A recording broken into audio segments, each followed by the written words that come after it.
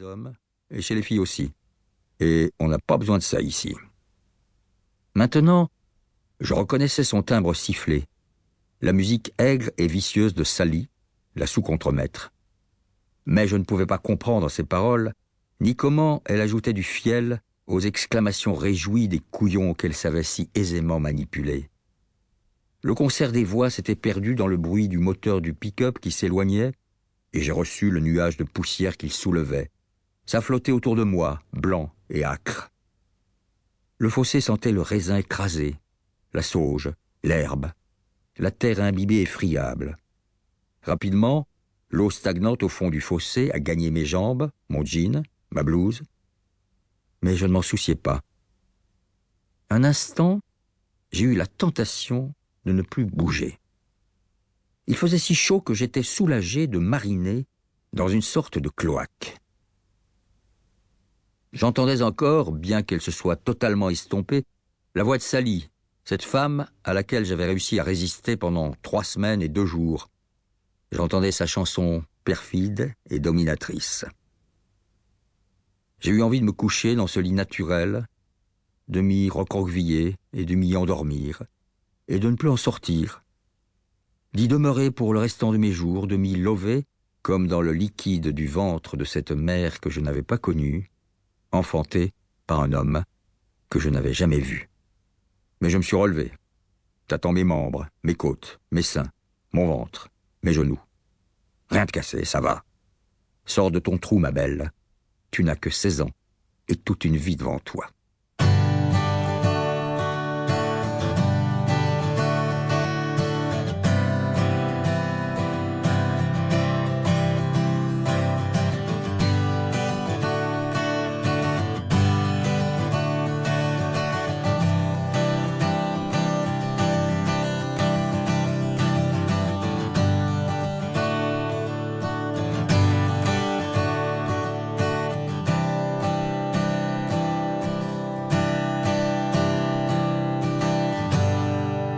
Il devait être plus de 14 heures.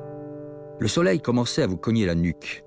J'ai emprunté la piste dans le sens contraire du camp vers lequel s'était dirigé le pick-up, en espérant qu'un autre véhicule, vide, celui-là, parti chercher du ravitaillement à Carson City, s'arrêterait à la vue de mon pouce levé.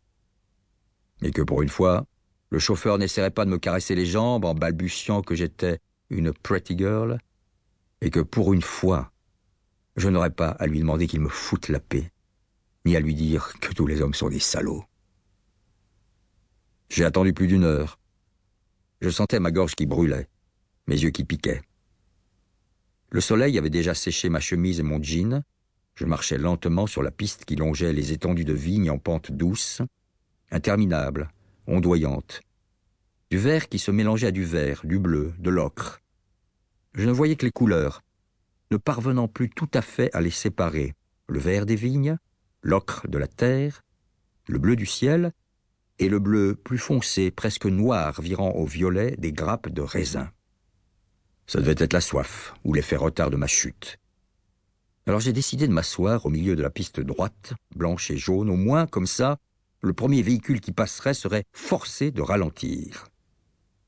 Mais j'ai entendu le bruit lointain d'un moteur. Je me suis retourné en agitant la main.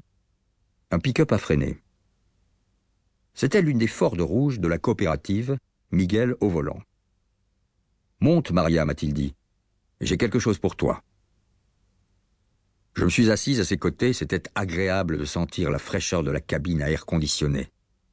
Il m'a tendu mon sac à dos. « Tiens, au camp, quand ils ont raconté ce qu'ils t'avaient fait, je les ai laissés parler et se marrer, et puis je suis allé récupérer tes affaires sur ta couchette, il n'y en a pas beaucoup, hein. J'ai tout fourré dans ton sac. Je devais aller en ville faire de l'essence et prendre un arrivage de nouveaux saisonniers.